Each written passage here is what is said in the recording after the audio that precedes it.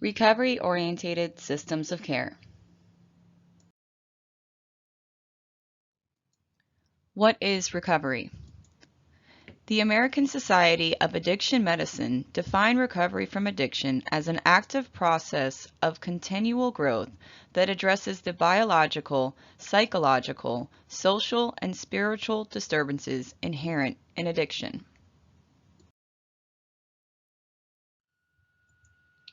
The American Society of Addiction Medicine's short definition of addiction.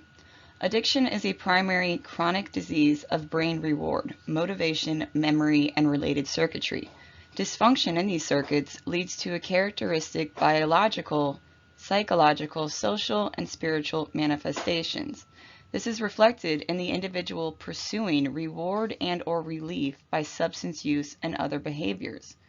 ASAM recognizes SUD as a chronic condition that necessitates change over time and that recovery-oriented systems of care produce better results. The ASAM criteria continuum assesses 6 dimensions to identify the intensity of treatment services that best fit patient needs.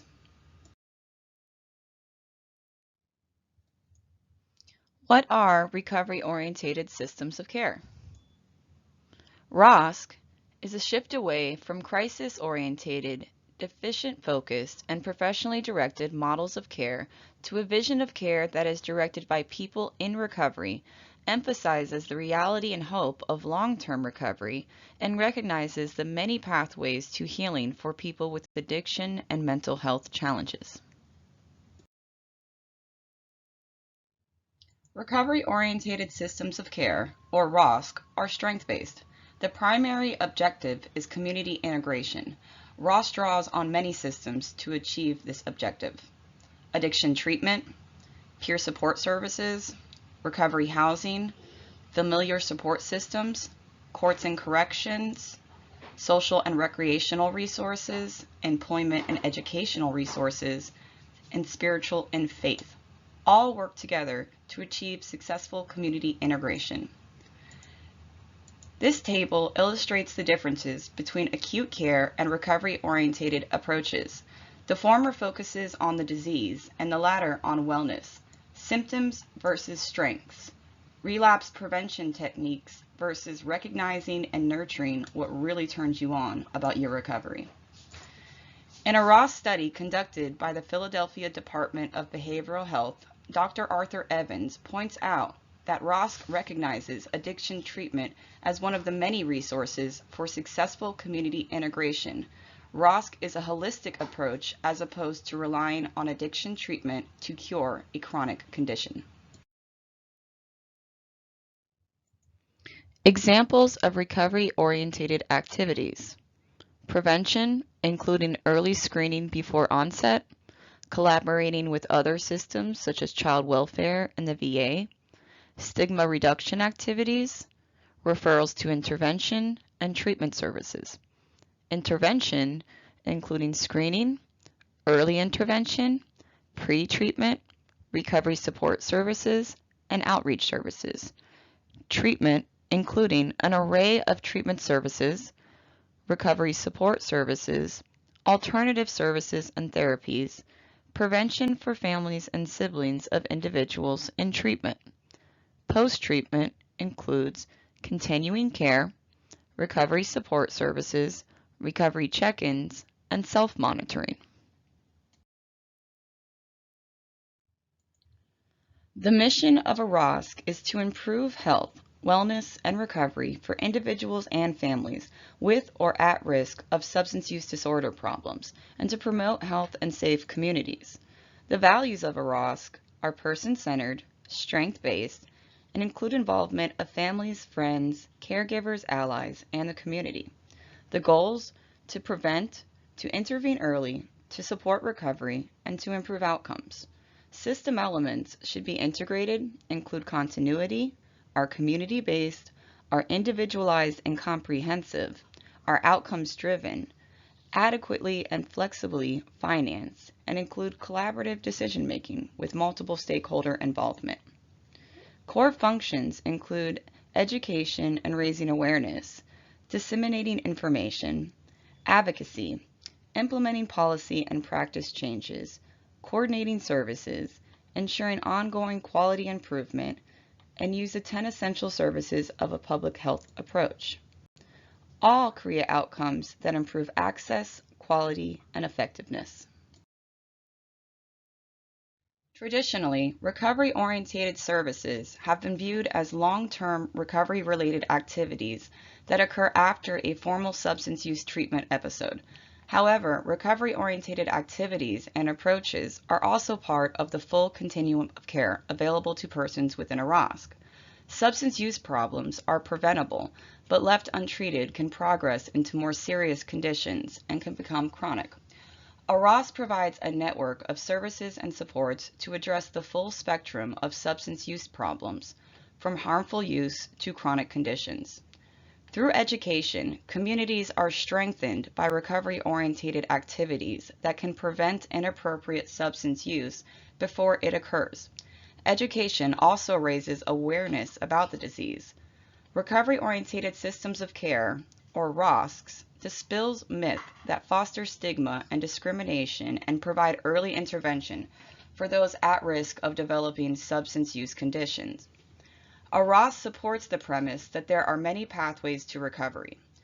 Recovery-oriented activities include providing a menu of traditional treatment services and alternative therapies, including peer recovery coaching, acupuncture, meditation, and music and art therapy.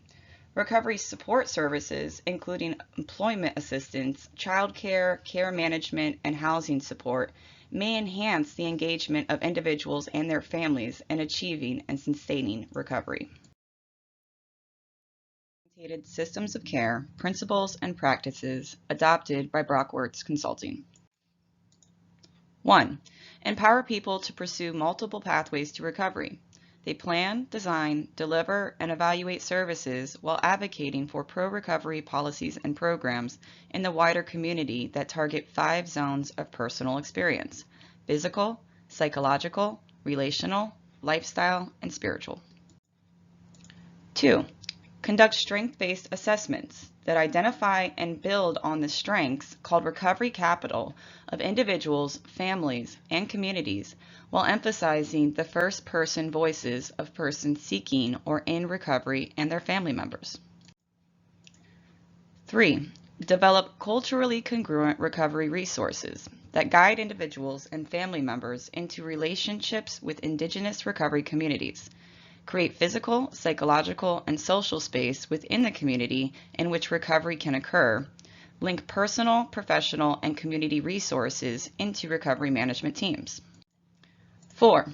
Deliver recovery education and training that enhance the recovery-based knowledge and skills of individuals, family members, allies, service providers, and the larger community within the science of addiction and recovery, recovery messaging, and other trainings and presentations.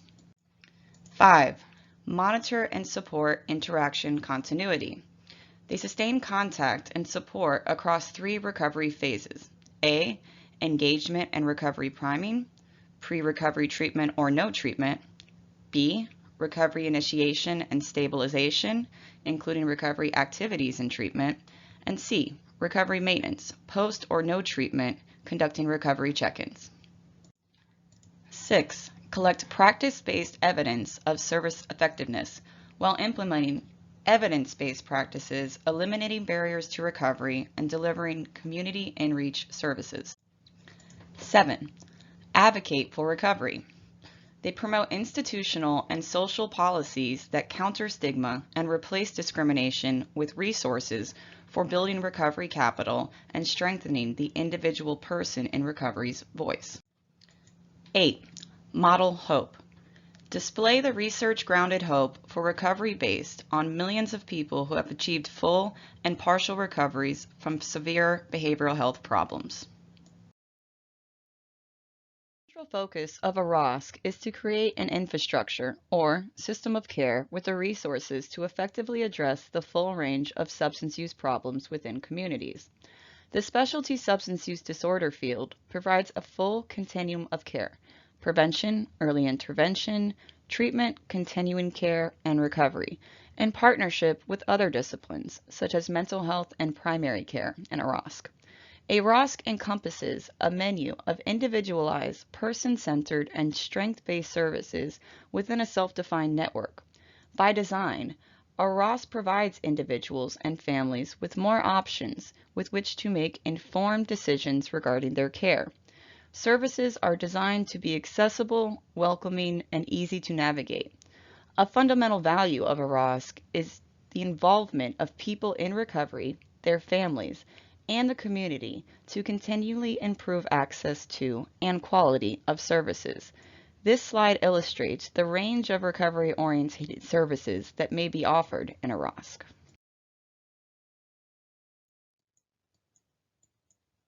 Each of the partners in a ROSC can play a role in the provision of recovery support services.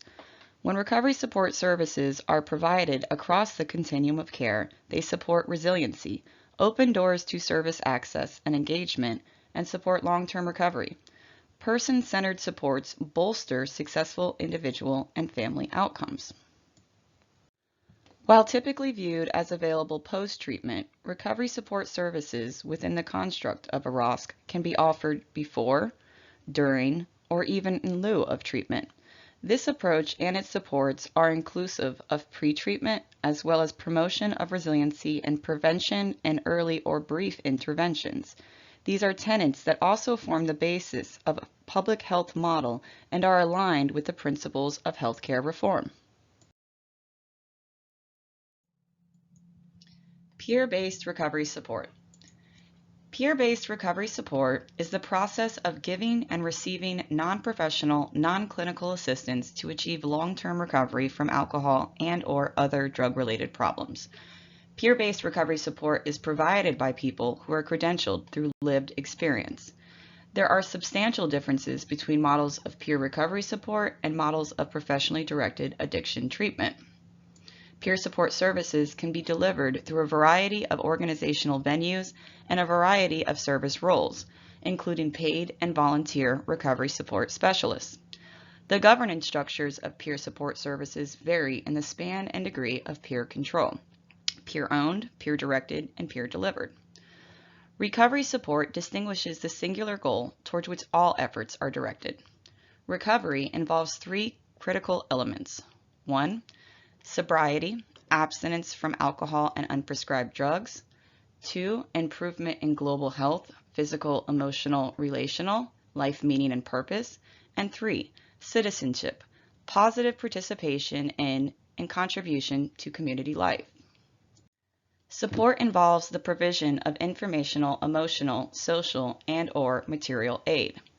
Process implies that the assistance is not a single event or activity and is relational rather than mechanical, and that continuity of support over time is the central to desired outcome of long-term recovery. And support within a ROSC use both clinical and peer approaches. Clinical, such as acute care models like detoxification and residential inpatient, as well as outpatient models such as day-night or PHP, IOP, and OP levels of care. Peer support models include recovery residences, recovery community centers, recovery community organizations, as well as mutual aid groups. Within these systems of care, there are both governmental systems of care, which are federally or state funded, as well as private systems of care, which are paid by private healthcare insurance or cash pay.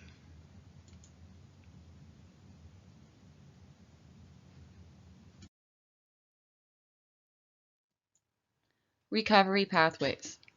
There are many paths in recovery that support resiliency, including 12-step groups, SMART recovery, Celebrate recovery, Women in sobriety, White Bison, Natural recovery, and MAR. Common characteristics is mutual aid supported through peer group participation. All work within the CHIME framework for personal recovery, including connectedness, hope and optimism, identity, meaning, and empowerment.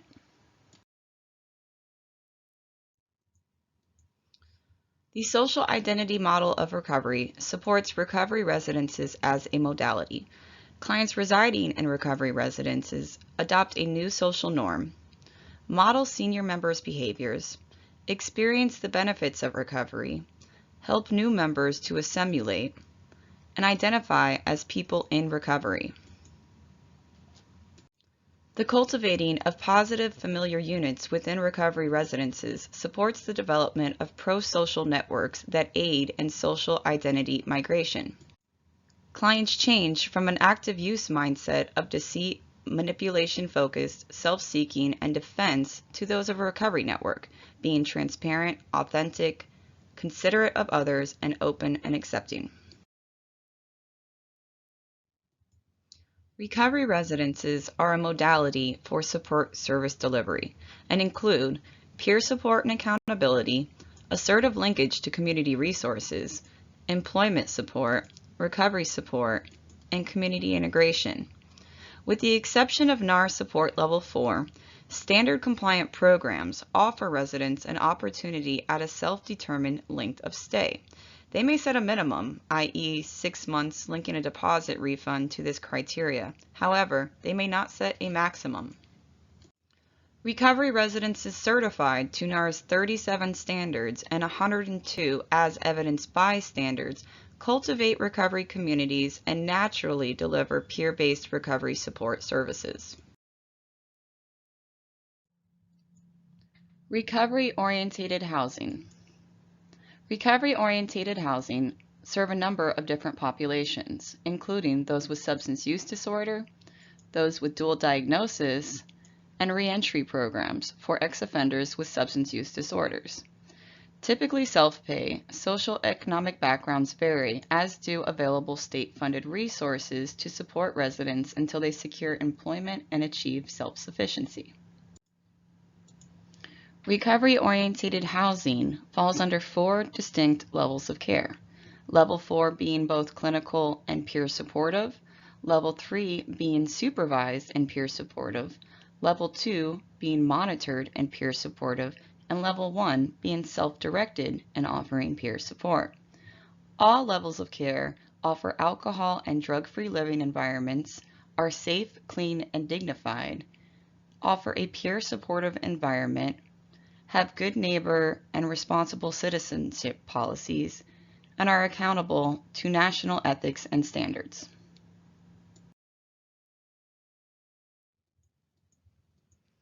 Recovery community organizations are independent nonprofits that focus on recovery advocacy, community education, outreach, offer peer-based recovery support services, recognize all pathways to recovery, create linkage to service and service providers, and offer recovery resources.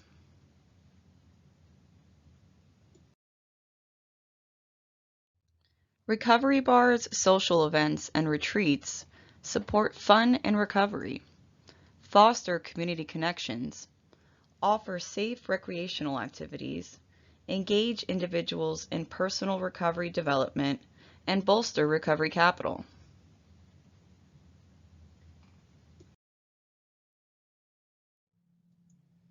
What is recovery capital?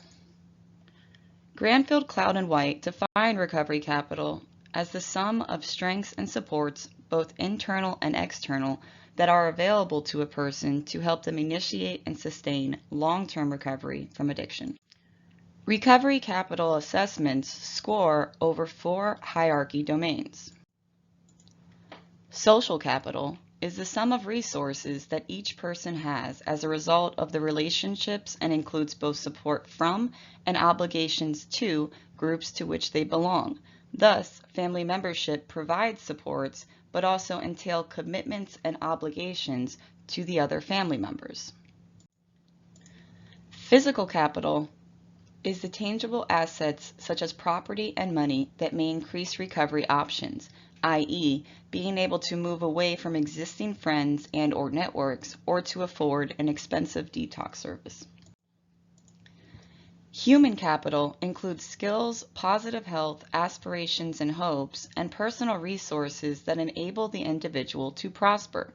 Traditionally, high educational attainment and high intelligence have been regarded as key aspects of human capital that may help with some of the problem solving that is required on a recovery journey. Cultural capital includes the values, beliefs, and attitudes and rituals that link pro-social identity to social conformity and the ability to accommodate dominant social behaviors. White, Granfield, and Cloud propose that recovery capital interacts with problem severity to shape the intensity and duration of supports needed to achieve and sustain recovery. This interaction informs the intensity or level of care one needs in terms of professional treatment and the intensity and duration of post-treatment recovery support.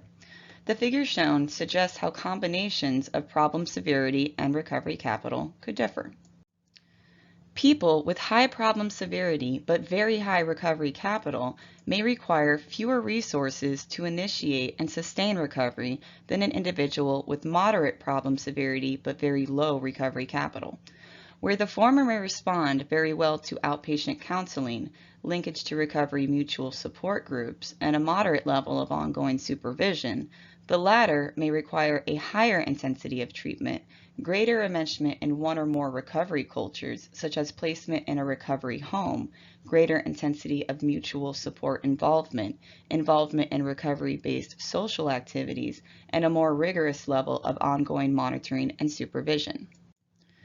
Clinical addiction assessment instruments do a reasonably good job of evaluating problem severity and complexity, while few instruments measure recovery capital.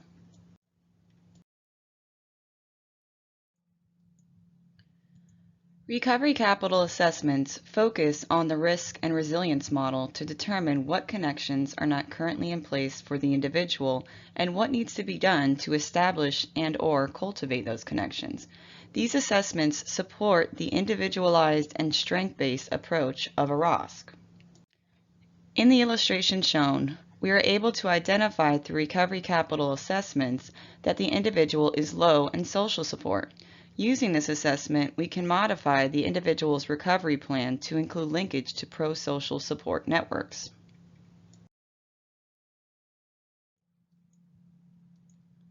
FAR has partnered with Palm Beach County and the Palm Beach County Community Service Department in collaboration with Commonly Well to bring the Recovery Capital Index tool to you for free.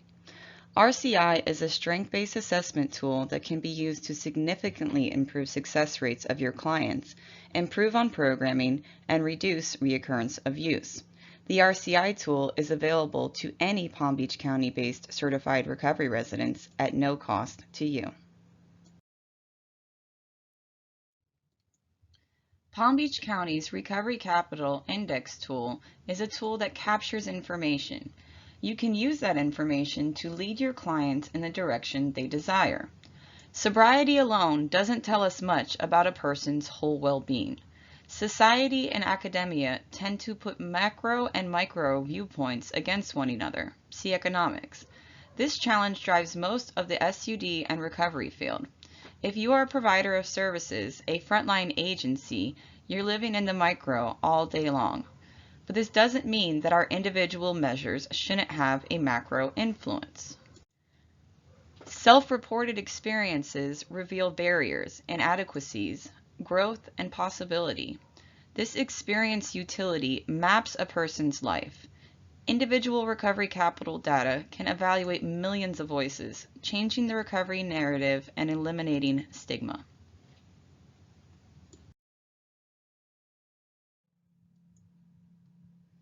The Recovery Capital Index is the byproduct of curiosity and necessity. It was developed to fill an organizational gap in measuring and demonstrating recovery success. Although other recovery capital measures existed at the time, all included the use or non-use of substances in their question set. RCI viewed substance use as a secondary influence and not a key element of recovery capital as defined. The RCI was designed to be the agnostic to substance use or type and intervention engagement or type.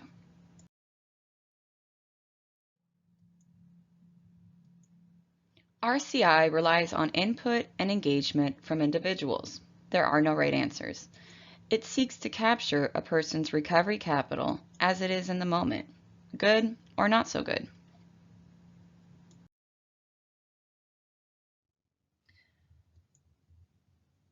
RCI provides scoring from 1 to 100 across all indicators, components, and domains. Care providers and individuals can monitor and track their change in recovery capital from one assessment to the next. The scorecard highlights your total recovery capital and latest scores across all domains, components, and elements. Each element of the RCI tool is marked with a blue dot where your recovery is strong, a yellow dot where your recovery is good, and a blue-gray dot where your recovery capital is low. The scorecard itself is designed to give the viewer a sense of where someone's at with just a glance. A lot of work can be done just from the scorecard. For example, a coach can see a person's later score and an indicator down from average. This creates an opportunity for inquiry, self-discovery, and goal setting. In short, with the use of RCI, we can improve client success rates, improve quality of programming, and reduce relapse. It's a no-brainer. Ready to participate? Sign up is absolutely free. Simply text FAR to 833-846-8446 and we'll get you signed up.